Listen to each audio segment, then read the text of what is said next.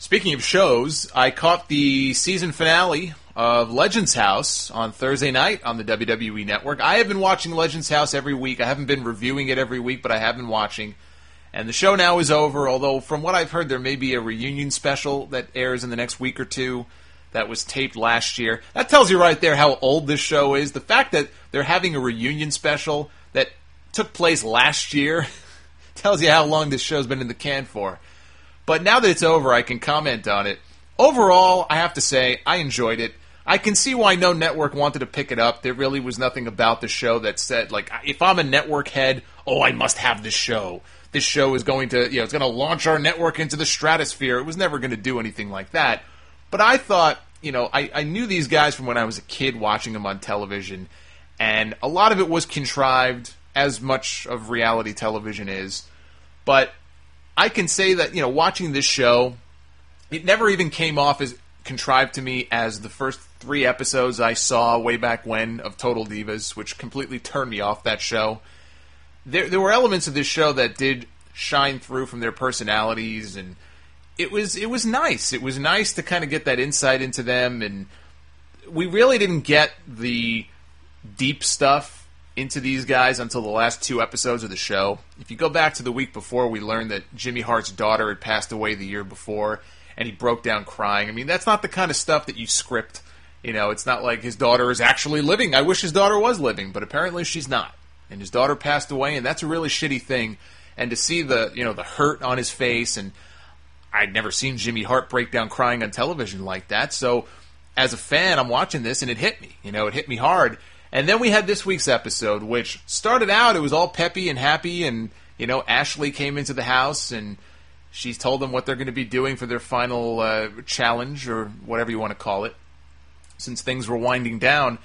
And so I guess to celebrate their leaving the Legends house, they were going to go out for one last big dinner. They went to a steakhouse, and it started out all happy. They were sharing stories of their, I think, favorite moments in the business and stuff, and then it took a really weird turn, and it turned into something where each guy had to reveal like a deep, dark secret or something about themselves that the other people didn't know. And Tony Atlas told the story about how in 1989 he was homeless. He was sleeping on the street or on a park bench or something, and it was 22 below zero, and whatever the temperature was, it was cold. And he would have died out there, but this woman came and found him, and she basically took him home with her and threw him in a bathtub so he can warm up. And that woman turned out to be his wife. And they've been married ever since. And you got the sense from Tony Atlas at different points during the show that he really does love his wife, which is cool. It's a cool thing to love your wife, right? Nothing wrong with that. And that was his story. Hillbilly Jim, who comes off as the nicest freaking guy on this show. It's almost impossible for me to fathom that somebody in the wrestling business can be this nice. I can't find one bad word to say about this guy. He comes off as so cool. And his story was that, he was raised by a single mother in the projects, I guess, down there in Kentucky or wherever he was raised. And when he made it big in wrestling, he bought his mother a house, I think, and a car before he even bought that for himself, which I thought was exactly the kind of thing I would expect Hillbilly Jim to do for his mom. Jim Duggan, Hacksaw Jim Duggan, had a really sad story that I did not know. I think he talks about it in his book. I really need to get around to reading his book, but I think he talks about it in there. But it's a story on the show. He said, I've never shared this with anybody before except Roddy Piper, because the two of them are good friends. And he talked about, I guess maybe back when he was in Mid-South, or maybe it was just when he came over to WWE, would have been in the mid-'80s. His first wife, I think they had just bought a house, and they were riding down the road. They were in a car accident. Somebody hit them, and he just remembers waking up from the accident, and he looked down, and I think he saw his wife's sneakers, but couldn't see her. People were crowding around the car, and like, what's going on here? And he got out, and that's when he realized that his wife was dead or dying, and maybe she died on the way to the hospital, but she passed away. And again, to see Jim Duggan, who's a tough guy, and he has this tough exterior, and I've never seen him cry on television before, and here he is on this show breaking down crying for everybody. I mean, it's sad, it was sad to watch that. Mean Gene talked about having being born with a kidney disease, and many years ago needing a kidney transplant, which I knew. I was always under the impression that it was one of his sons who had donated their kidney to him, but according to him, it was his wife. And when Mean Gene told the story, again, first time I've ever seen Gene Okerlund break down, just absolutely in tears, crying. I know this sounds like the most depressing show in the world, but it actually was really cool, I guess, to see them open up like this. Very emotional. I'm trying to think, am I missing anybody here? Piper didn't really have anything to share. I can only imagine if Roddy Piper really wanted to go deep into his deepest, darkest stories and secrets.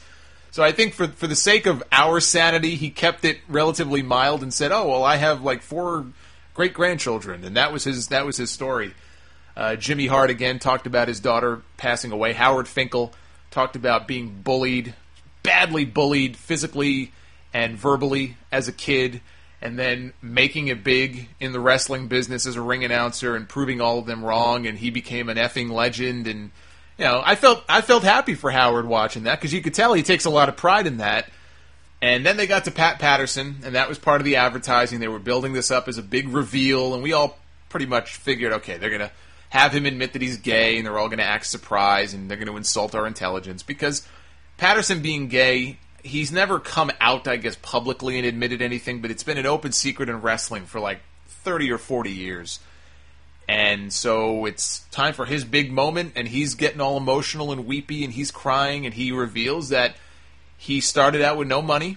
He traveled to this country, worked for Vince McMahon in the office. Everything that he's done, everything that he's been through, he did it as a gay man. And this actually was not anywhere near as bad as I thought it would be, because they didn't play it off like everybody was surprised. I mean, they showed some like shocked facial expressions kind of on some of the guys, but they didn't play it up that way at all. They played it up as, like Mean Gene, for example. They did these cut-ins where they're interviewing guys, and Mean Gene said, Pat, I'm so happy for Pat that he can finally get this weight off his shoulders. I met his former partner many years ago. He was a wonderful man. So they didn't insult our intelligence. We all pretty much were left with the impression that they knew. But for Patterson, this was a big deal because he's never actually come right out and said it, let alone in front of a camera. And he got very emotional. He said, the guy that he was with, they were together for like 40 years. And I remember hearing about that his partner died of a heart attack like 10 years ago. It was a while ago.